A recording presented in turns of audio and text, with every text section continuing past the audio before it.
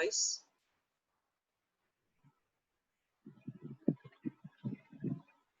I'm putting off my video because it will hamper you then. बीच में disturb करेगा.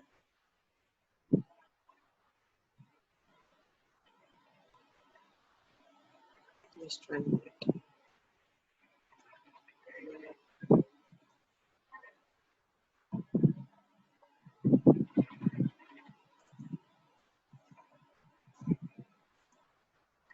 Yes. So चलो कल का हम लोग रिवाइज कर लेते हैं. पहले कल हमने क्या क्या किया था.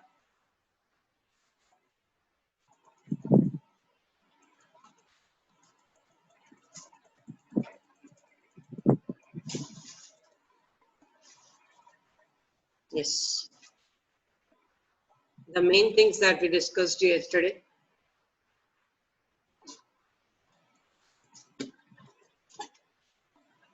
The main things that we yesterday discussed was calculation of gross annual value. Okay, calculation of gross annual value. So gross annual value, आपको मैंने बोला था पहला स्टेप हमारा ये होता है gross annual value calculate करना.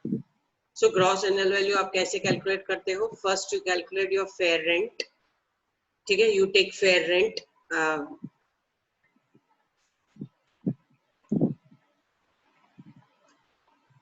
Okay, so what is fair rent? Fair rent is nothing but the rent received by the properties in the nearby areas. Nearby areas में जो भी rent properties को मिल रही हैं, दूसरी properties को जितना rent मिल रहा है, that is called as your fair rent. उसके बाद next हमने किया था municipal valuation, that is a value given by the municipality by the Indian government. उसके बाद next was दोनों को compare किया, whichever is higher that you get reasonable letting out value, RLV. Higher of A and B is RLV. उसके बाद next आपने किया था standard rent. Standard rent is nothing but the rent which is according to the rent control act. जरा video बंद करो ना, videos obstruct कर रहे हैं स्क्रीन को, इसके लिए मैंने अपना भी वीडियो बंद रखा है. आप लोग वीडियो बंद करो. शालिनी प्लीज वीडियो ऑफ करो. Yes, thank you. So I was talking about standard rent. Standard rent क्या है? Standard rent is nothing but according to the Rent Control Act. कुछ एरियाज में जैसे दिल्ली, बैंगलोर, पुणे, जहाँ पे डिमांड ज्यादा है, डिमांड के हिसाब से प्राइस बढ़ जाता है. डिमांड ज्यादा है, सप्लाई कम है, तो प्राइस बढ़ जाता है. इसके लिए हम लोग क्या करते हैं, यानी कि गवर्नमेंट ने क्या किया हुआ है, स्टैंडर्ड रेंट कंट्रोल एक्ट लगाया हुआ है और उसके हिसाब से स्टैंडर्ड रेंट फिक्स्ड है. So जब स्टैंडर्ड रेंट दी जाती है तो हम C और D को कंपेयर करते हैं, whichever is less that becomes your net RLV, और उसके बाद उसको कंपेयर करते हैं हम एक्चुअल रेंट से, तो we get GAV. Okay, higher of E और F becomes your GAV. मतलब अगर मुझे रेंट नहीं दिया हुआ है, स्टैंडर्ड रेंट नहीं दिया हुआ है, तो मैं डायरेक्टली कर सकती हूँ, नीचे हमने किया था डायरेक्टली हम लोग कर सकते हैं fair rent, municipal valuation, actual rent, whichever is higher that becomes your GAV. ठीक है, fair rent, municipal valuation, actual rent, whichever is higher that becomes your GAV. So कल हम लोगों ने ये सब कंप्लीट किया था.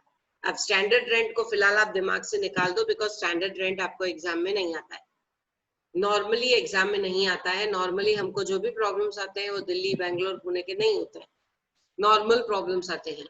मतलब आपको स्टैंडर्ड रेंट को फिलहाल दिमाग से निकाल देना है. तो फिलहाल मेरा सिस्टम क्या है, GAV कैलकुलेट करने का सिस्टम है. पहले मैं लिखती हूँ फेयर रेंट, फेयर रेंट को नेक्स्ट लिखती हूँ municipal valuation, whichever is higher that becomes by RLV. फिर RLV को कंपेयर करती हूँ AR से, एक्चुअल रेंट से, whichever is higher that becomes by GAV.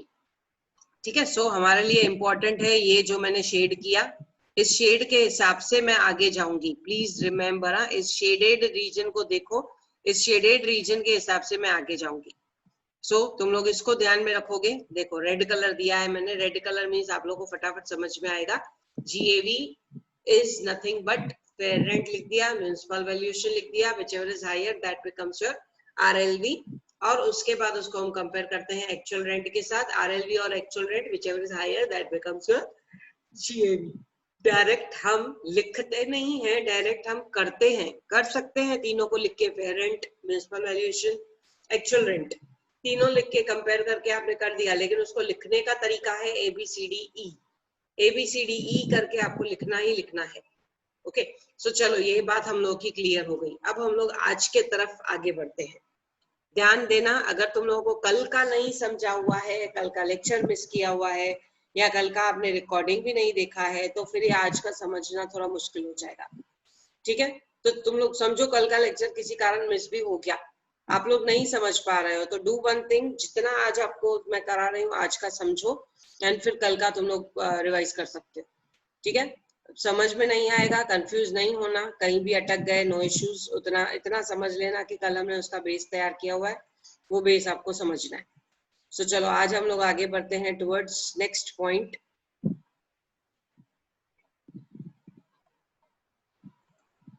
Yes, next point, अब मैं अपना वीडियो ऑन करती हूँ।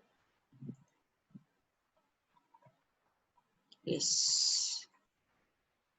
नेक्स्ट पॉइंट क्या है इंपॉर्टेंट जो हमको करनी है, that is your vacancy allowance.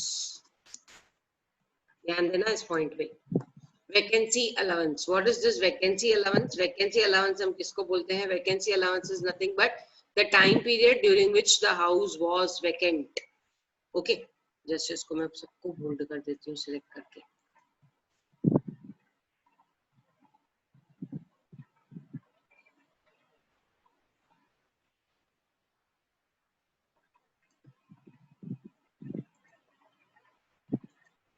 Yes.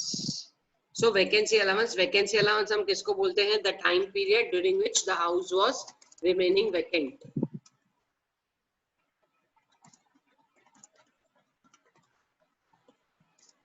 House was vacant. Okay, घर खाली था जिस टाइम पे। अब घर खाली था तो इसका इफेक्ट क्या होगा? आपको रेंट नहीं मिलेगा। ठीक है, घर खाली था तो रेंट नहीं मिलेगा, और रेंट नहीं मिला तो इसका इफेक्ट किसके ऊपर आपको दिखेगा? एक्चुअल रेंट के ऊपर। इसका मतलब आपका actual rent will be less. Okay, please remember, actual rent will be less. Therefore, AR will be less. बस इतनी पॉइंट समझो। ठीक है, vacancy allowance is nothing but the time period during which the house was vacant, और house खाली होने के कारण क्या होता है? आपका actual rent will be less. So चलो, actual rent will be less हमने ये समझ लिया। ठीक है, उसके बाद नेक्स्ट पॉइंट आती है। नेक्स्ट पॉइंट जो आपको समझनी है वो है अनरियलाइज्ड रेंट। अनरियलाइज्ड रेंट मतलब वो रेंट जो हमने बारोतरी से लेने की कोशिश तो की लेकिन उसने हमको नहीं दिया। ठीक है, the amount irrecoverable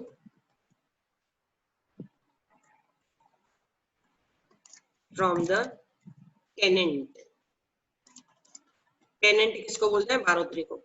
the amount irrecoverable from the tenant. हमने कोशिश की कि हमको टेनेंट हर महीने का रेंट पे करे, लेकिन टेनेंट ने पे नहीं किया।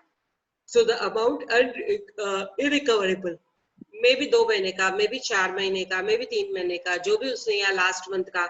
आपने देखा है बहुत सारे बारोतरी बिना रेंट पे किए चले जाते हैं। So that is called as your unrealised rent. लेकिन अनरियलाइज्ड रेंट के लिए क्या होता है? You have to satisfy certain conditions. What are that conditions? Please understand. आपको पुलिस में रिपोर्ट लिखवानी है, पहले तो दम देके फोन वोन करके उसको ट्राई करना है कि वो अपना भाड़ा देके जाए, उसके प्रूफ रखने हैं आपको। ठीक है, उसके बाद अगर उसके बाद भी वो नहीं दे रहा है तो यू कॉल पुलिस। पुलिस से पुलिस में जाके कंप्लेंट लिखवा के आते हैं। उस कंप्लेंट की एक कॉपी चाहिए। पुलिस उसके पास गई, उसको ढूंढने की कोशिश की, उससे रिकवरी करने की कोशिश की, अब उसके पास पैसा ही नहीं है, वो देने को तैयार नहीं है, that will be considered as unrealized rent. So आपका इस अनरियलाइज्ड रेंट के कारण आपका एक्चुअल रेंट कम हो जाएगा। ओके, अनरियलाइज्ड रेंट के कारण आपका एक्चुअल रेंट कम हो जाएगा, और एक्चुअल रेंट कम होने के कारण थोड़ा सा फॉन्ट साइज बड़ा कीजिए। अच्छा, और बड़ा करूं? ठीक है, रुको, मेरी आंखों का प्रॉब्लम है, तुम लोग को भी प्रॉब्लम हो गया है? माय डियर स्टूडेंट्स, एक बात याद रखना, तुम लोगों को मैं एक एक्सपीरियंस बता रही हूँ अपना। अब हम लोग गैजेट की दुनिया में हैं, चाहे नहीं चाहे अटक गए हैं। ठीक है, कोशिश करना लेक्चर्स के अलावा मोबाइल को अपने से दूर रखना। लेक्चर नहीं है, मोबाइल ज्यादा नहीं यूज करना है, only for the important messages. Don't use mobile for other purposes. That is what I am suffering for. मैंने तुम लोगों को बताया था I am going for the medical leave. वो मेडिकल लीव यही है। Today I am going for my eye checkup, cataract operation करवाना है मुझे, और ये कैटरेक्ट नहीं है actually, this is only because of your over use of digital gadgets. अब मैंने तो अपना पीएचडी वीएचडी किया, उसके लिए यूज किया है, लेकिन आप लोग तो अब हर चीज के लिए यूज करोगे, पढ़ाई तक के लिए यूज कर रहे हो। सो जरा ध्यान देना, जितना हो सके ट्राई टू अवॉइड, जितना जरूरी है उतना यूज करो, बाकी चैटिंग वैटिंग के लिए अवॉइड करो। ओके सो हाँ, तो चलो मैंने तुम लोगों को 2 बातें बताई। एक है vacancy allowance, I hope now it's very clear. एक बताया मैंने आपको vacancy allowance, vacancy allowance is nothing but the time period during which the house is vacant. जब घर खाली है तो आप उसको एक्चुअल रेंट में उतना अमाउंट नहीं ले पाओगे। और second is unrealised rent. Unrealised rent is the amount which is irrecoverable from the tenant even after your efforts. उस एफर्ट्स के आपको प्रूफ रखने पड़ते हैं। 10 बार कॉल किया है उसको तो उसका कॉल रिकॉर्ड चाहिए। ओके पुलिस में जाके कंप्लेन करना है, पुलिस ने क्या एक्शन लिया, आपने पर्सनल गुंडे बेचे, व्हाटएवर, उन सब का आपको प्रूफ चाहिए so that unrealised rent can be claimed. आप बोलोगे ये अनरियलाइज्ड रेंट कैसे क्लेम होता है, ये मैं अभी आपको सब बता रही हूँ, पहले आपने ये दोनों चीजें सीख ली। ठीक है, अब हम लोग आते हैं, मैं यहाँ पे साइड में लिख रही हूँ कि हमारा जीएवी हम कैसे कैलकुलेट करते हैं। फाइनल पॉइंट पे आ रही हूँ मैं। हमारा पहला काम होता है जीएवी कैलकुलेट करना। जीएवी के ऊपर हमको लगता है टैक्स। ओके सबसे पहला काम होता है हाउस प्रॉपर्टी में जीएवी कैलकुलेट करना, जिसके ऊपर हमको भरना पड़ता है टैक्स। तो ये जीएवी हम कैसे कैलकुलेट करते हैं, अभी तक आप कर चुके हो। पहले हम लिखते हैं फेयर रेंट, उसके बाद हम लिखते हैं, सॉरी ए और बी करके लिखती हूँ मैं। A is your fair rent, B is your municipal valuation, second part we take municipal valuation. उसके बाद इन दोनों को कंपेयर करके हमको मिलता है RLV. RLV means higher of ए और बी, ए और बी whichever is higher। ठीक है, that becomes your RLV। Just one।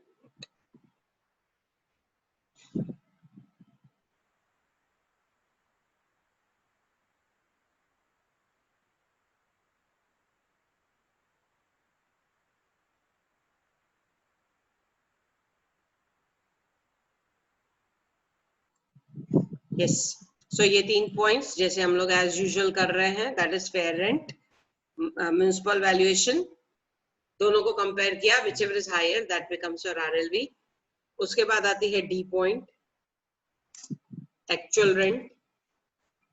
ठीक है, एक्चुअल रेंट, उसके बाद आप उनको कंपेयर करते हो, you get GAV, GAV as higher of C और डी। ठीक है, तो ये तो हमारा सिस्टम फिक्स है। ओके ये हमारा सिस्टम फिक्स है, ये अभी तक तुम लोग को रटा पड़ गया। जो ऊपर हमने रेड में मार्क किया था, ये the same system. We have fair rent, municipal valuation, whichever is higher becomes your RLV। RLV when compared with the actual rent, whichever is higher becomes your GAV। ठीक है, अब मैं तुम लोग को एक एग्जांपल बता रही हूँ, उस एग्जांपल के बेसिस पे वैकेंसी अलाउंस कैसे यूज होता है, try to understand. See for example I have a property with fair rent. Problem में आपको दिया हुआ है फेयर रेंट इज से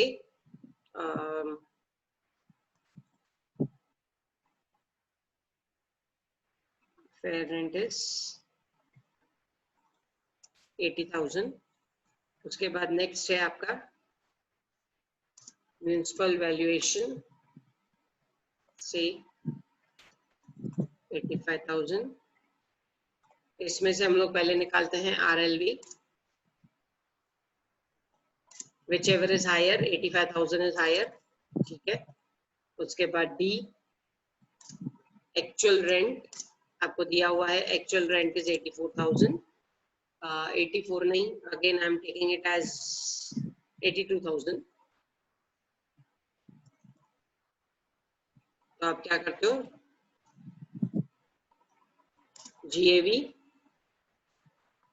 RLV और AR whichever is higher that becomes your GAV। यानी कि आपका यहाँ पे GAV आना चाहिए, GAV equals to RLV equals to 85,000। Right, इतना तो आपको समझ में आ गया। ठीक है, GAV equals to RLV equals to 85,000 whichever is higher करके आपने किया। हाँ, अब देखो कैसे चीजें ट्विस्ट हो रही हैं। ये आपका नॉर्मल प्रॉब्लम है। इस नॉर्मल प्रॉब्लम में मैं एक लाइन जोड़ देती हूँ।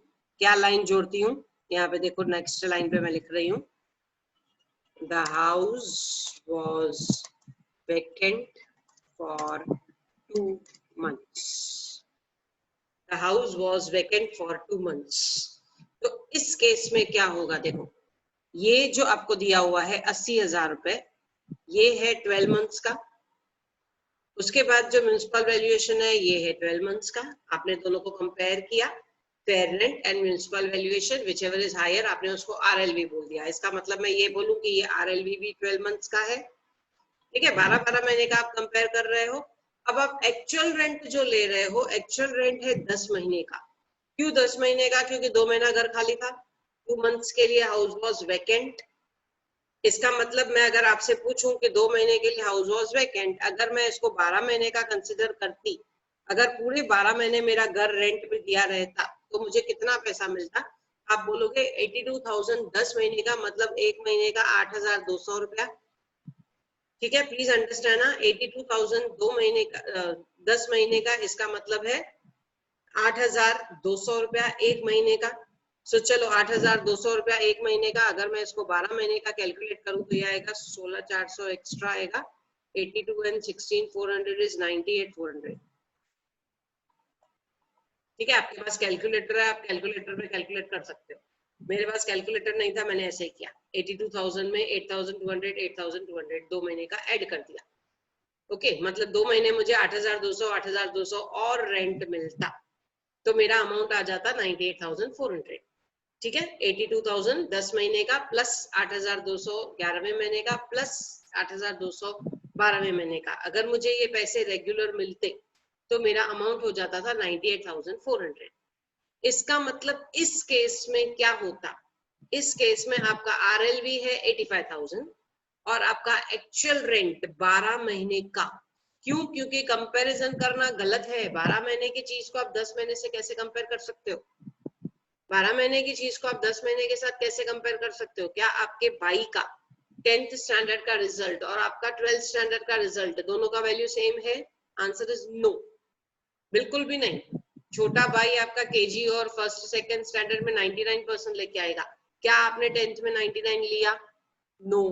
क्या फिर आपके मम्मी पापा ने बोला कि नहीं ये डफर है, वो ज्यादा होशियार है? नो, बिकॉज वो जो होशियार है वो तो बचपन में है ना, ओके। वो जो होशियार है वो बचपन में है। ऑफ कोर्स उस टाइम पे जहां जरूरत है 10th स्टैंडर्ड की पढ़ाई और फर्स्ट की पढ़ाई, आप कंपेयर नहीं कर सकते हो। सो यहाँ पे भी जब हम कंपैरिजन करेंगे, प्लीज रिमेम्बर कंपैरिजन के लिए मुझे 12 मंथ्स कंसीडर करने हैं। तो मेरा एक्चुअल रेंट 12 मंथ्स का है 98,400।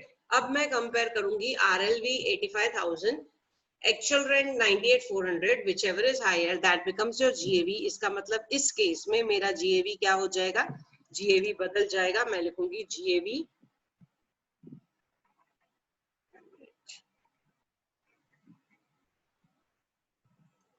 yes। इस केस में मेरा GAV होगा GAV equals to actual rent equals to 98,400। नहीं, कंपेयर किया 12 महीने से, लेकिन लिखोगे 10 महीने ही।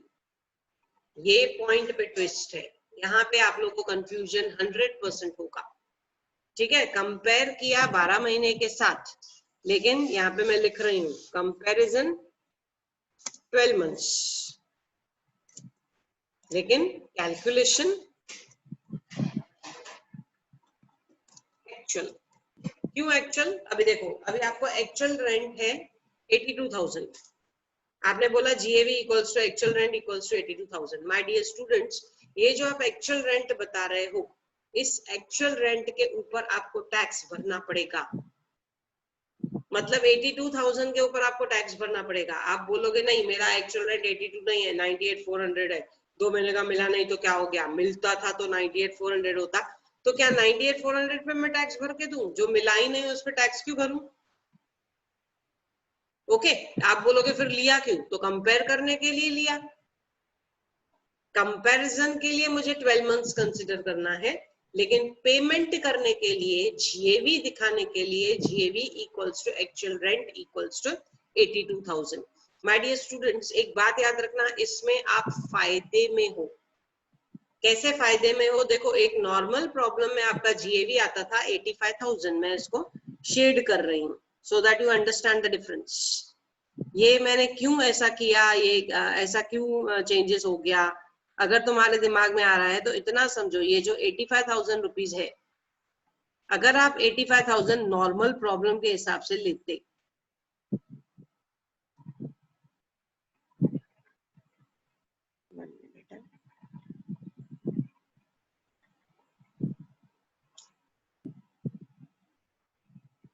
शेड क्यों नहीं हो रहा है, नहीं हो रहा है शेड, चल छोड़ो।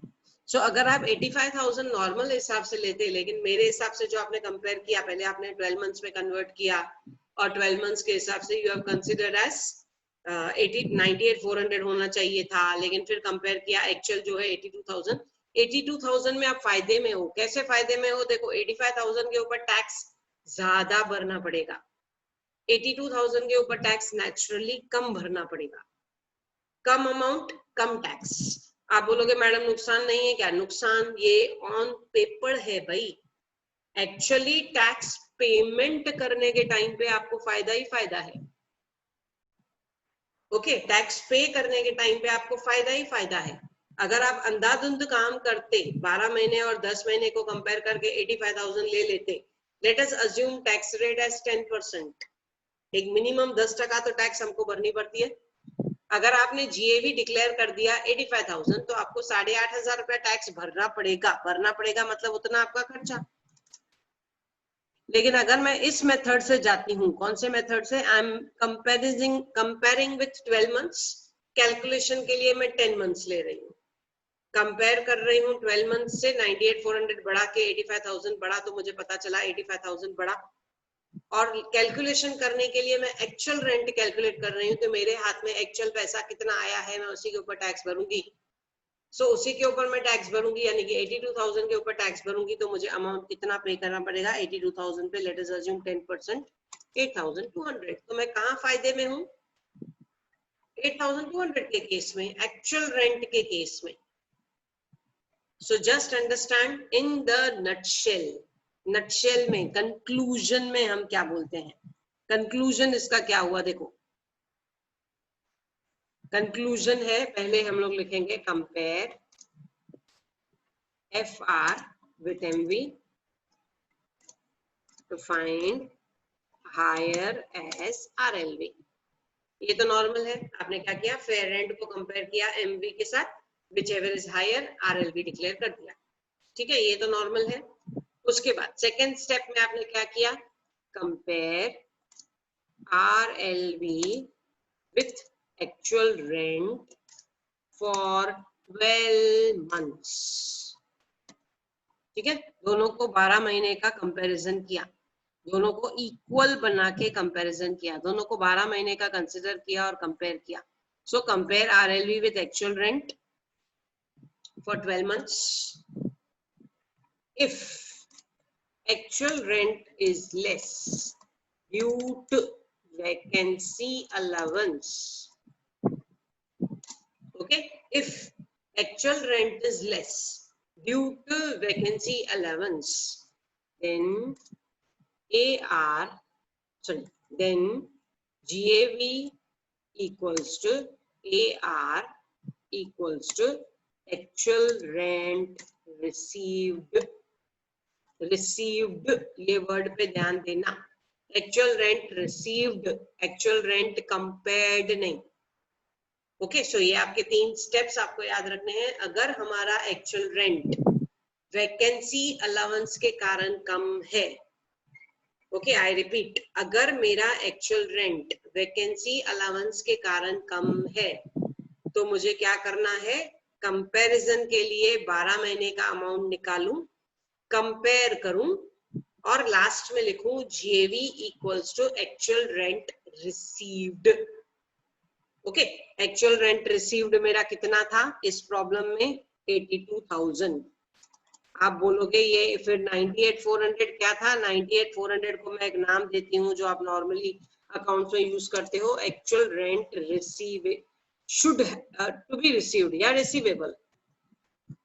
Receivable is 98,400। रिसीवेबल मुझे नहीं लेना है, मुझे रिसीव्ड लेना है। ओके यस कशिश, 1 मिनट में आ रही हूँ, पूछूंगी आपसे, रुको आपका डाउट क्लियर करती हूँ। So just understand, just revising again, एक है एक्चुअल रेंट रिसीव्ड, एक है actual rent that should be receivable. 12 महीने का शुड बी रिसीवेबल, उस शुड बी रिसीवेबल के साथ आप कंपेयर करो। अगर आपका एक्चुअल रेंट बड़ा है तो आप डिक्लेयर करो कि GAV equals to actual rent equals to 82,000, यानी कि एक्चुअल रेंट रिसीव्ड। ठीक है, रिसीव्ड और रिसीवेबल में फर्क है, सो ये दिमाग में रखना। चलो 1 मिनट रुकते हैं हम लोग। क्या पूछ रही है कशिश, लेट्स सी।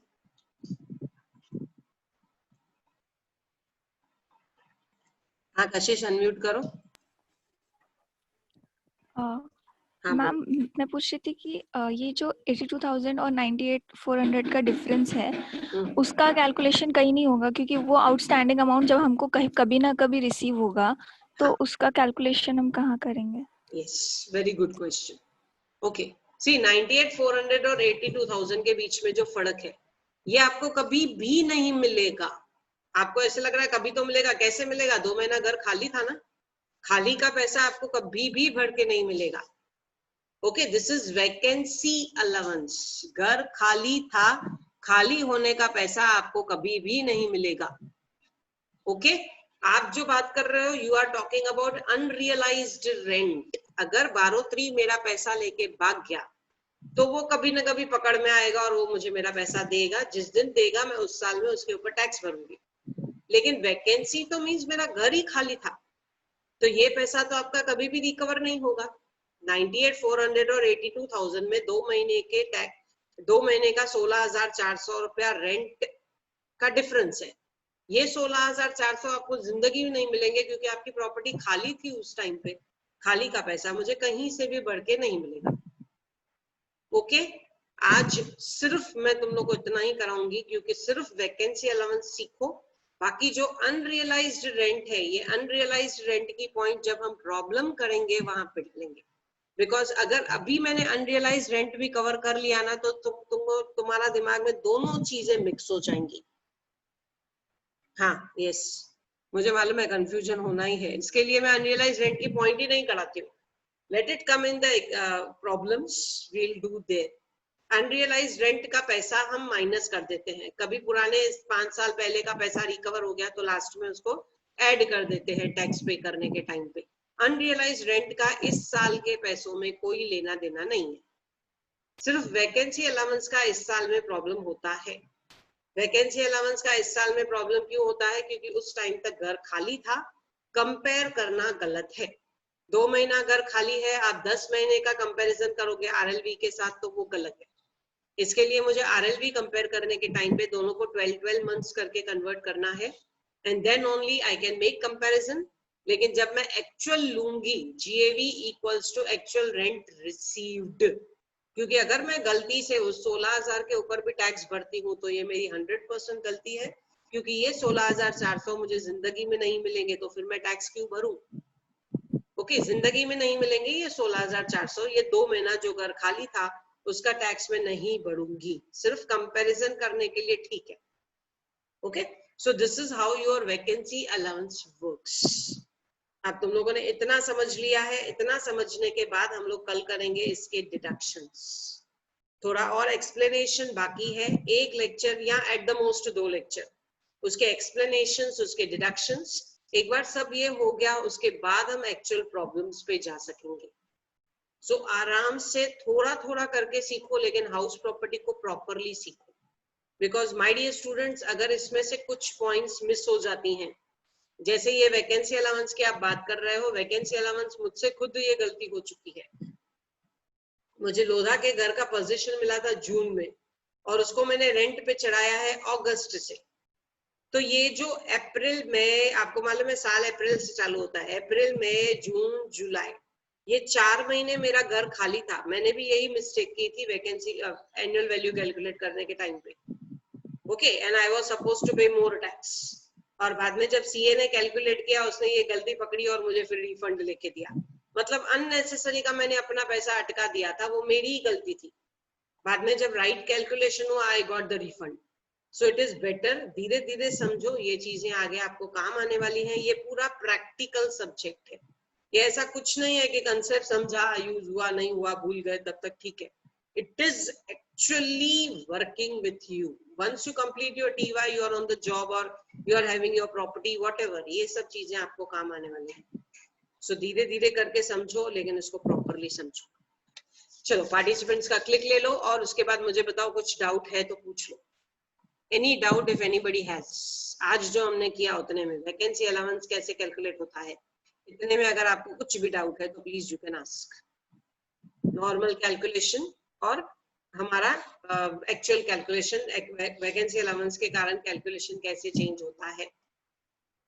ठीक है, देखने में आप बोलोगे आरएलवी ज्यादा है, लेकिन एक्चुअल रेंट ज्यादा है. लेकिन एक्चुअल रेंट फिर नीचे तो कम हो जाता है, बिल्कुल कम होता है, क्योंकि we consider for calculation, for comparison 12 months, for calculation actual amount received, may be 10 months, may be 9 months, may be 11 months. Okay, doubt है पूछ लो. Any student any doubt? Recording में सेंड करूंगी, प्लीज उसको वापस देखना. ओके, आई होप जो students पढ़ रहे हैं वो बहुत सिंसियरली पढ़ रहे हैं. एटलीस्ट उन स्टूडेंट्स के लिए जो लेट आए हैं, जैसे कल एक स्टूडेंट ने बोला मैंने अभी ज्वाइन किया है, जो लेट आए हैं, जिन्होंने अभी तक ज्वाइन नहीं किया है, अभी तक एडमिशंस नहीं ली है because of any particular reason, उनके लिए फिलहाल तो मैं कुछ नहीं कर सकती हूँ. लेकिन जो कर रहे हैं sincerely, please ensure that you understand each and every point properly. Okay, मैं बिल्कुल डीआईटी पढ़ाने के टाइम पे अपनी इसके लिए जान डालती हूँ, क्योंकि ये सब्जेक्ट्स आपके प्रैक्टिकल यूज के हैं, not for exam. Okay, yes ma'am. Okay, so चलो, take care. I am stopping with the share. इसका रिकॉर्डिंग में भेजती हूँ, एक बार रिवाइज कर लेना. चलो, all the best. Stay home, stay safe. अभी आज जिन्होंने लेक्चर मिस किया है, ओनली 30 पीपल वर देयर. जिन्होंने लेक्चर मिस किया बहुत बड़ी गलती की है, और शायद सुबह उठने के कारण ही ये प्रॉब्लम